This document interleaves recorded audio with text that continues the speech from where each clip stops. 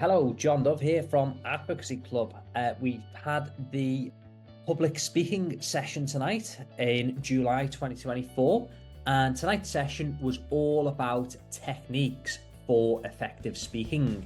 So I'm just going to share some feedback and some tips in relation to techniques for effective speaking. And I'm going to start with the very beginning. So before you even give your presentation, and if you're fairly new to public speaking or any form of presentation, whether it's in a legal context in the courtroom or any other form of presentation, you can often feel sort of pressure and feel the need to sort of want to rush in to the presentation itself. You think your audience, your tribunal, whoever it is, they're waiting for you, and you can rush in and it can put you on the back foot from the outset. Remember, whomever you're speaking to, whether it's a room of people in a presentation, whether it's a jury, whether it's the judge in court, they're there to listen to you. So take the time to compose yourself. Take a second or two just to breathe, have a quick look around, and then go. So, even if it takes you a couple of seconds, people are there to listen to you. It lets you get composed and it sets you up to deliver the presentation or the piece of advocacy well. So don't ever feel the need to rush in. Make sure you go in your own time, as it were. Now, during a presentation, a lot of people throw in filler phrases, ands, whatever it might be. Sometimes people have their own little phrases. It could be, something along those lines. And that's natural. It happens. But when you have too many of those, it can be distracting to the point that whomever you're speaking to, your audience, your tribunal, might start thinking, hang on, they've said that filler phrase many times. I'm going to start counting how many times they're saying it or focus on it. So if you have a particular filler phrase, a particular word that you throw in unintentionally, have a think about that and try and figure out a way that you can eliminate that from your presentation. And a good way to do so is think about how often you use those filler phrases in everyday life. Try and think consciously about it. Tell your friends and tell them to pick you up on it in day-to-day life, and that's a good way of trying to get rid of those filler phrases, as they can be distracting, and it's a really good way to polish up your presentation skills. The other thing is that at some point when you deliver a presentation, particularly if you deliver fairly frequently, at some point you will make a mistake. It happens, if it's something whereby you might have some sort of script that you're following, you forget what you're up to. It might be that you say the wrong word. It might be that you trip up on a word. Whatever happens, mistakes will happen. It's natural. And there's a way in which you can deal with that. And quite often, people can become flustered when they make a mistake and they start going, oh, very sorry. Oh, I've forgotten where I'm up to. And, flicking through papers and things like that. If you make a mistake, it's obvious to your audience that you've made a mistake. All you need to do in that situation is just try and compose yourself. Just pause for a second, even if it's a matter of taking a sip of water, taking another glance down at your notes just to remind yourself of where you're up to, and then carry on. Because it's obvious that you've made that mistake. So you don't want to make it worse by start profusely apologizing. Oh, I'm very sorry. Oh, I've made the mistake. Oh, I've really messed up here. Oh, so sorry about this. You don't want to go down that road. Just take a second, take a pause, compose yourself, have a little glance at your notes, remind yourself where you're up to, and then carry on, and away you go. Mistakes are normal. It's just how you deal with those mistakes.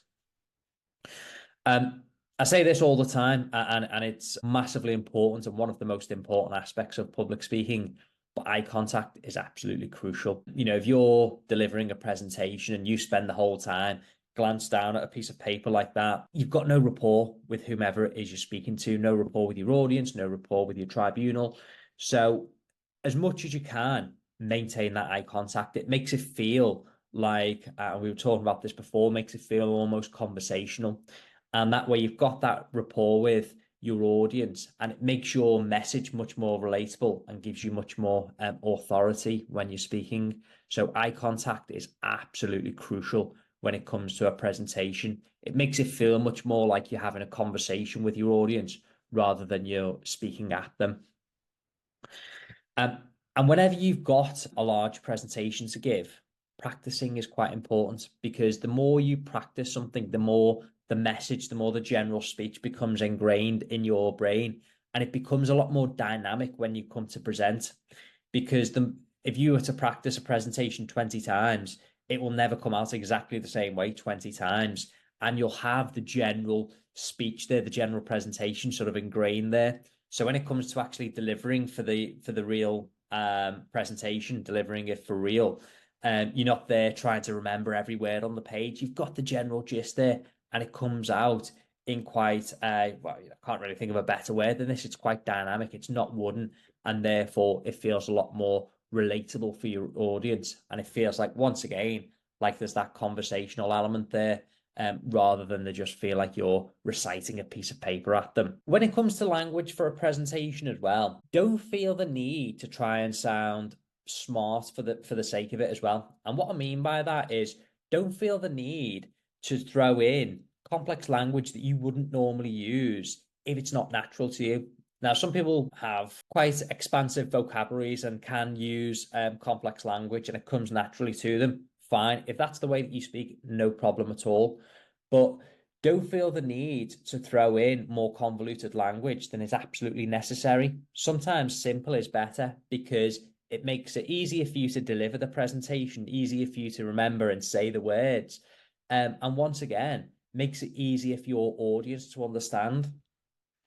And likewise, with the number of words that you're using, if you can say something in 5 words, don't feel the need to say it in 15 just because you think you need to waffle and drag something out.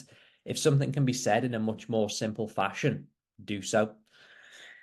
And stemming on from that same topic as well, sometimes you might be delivering a presentation which can be technical. So there might be acronyms within there might be technical language, there might be jargon, things of that nature.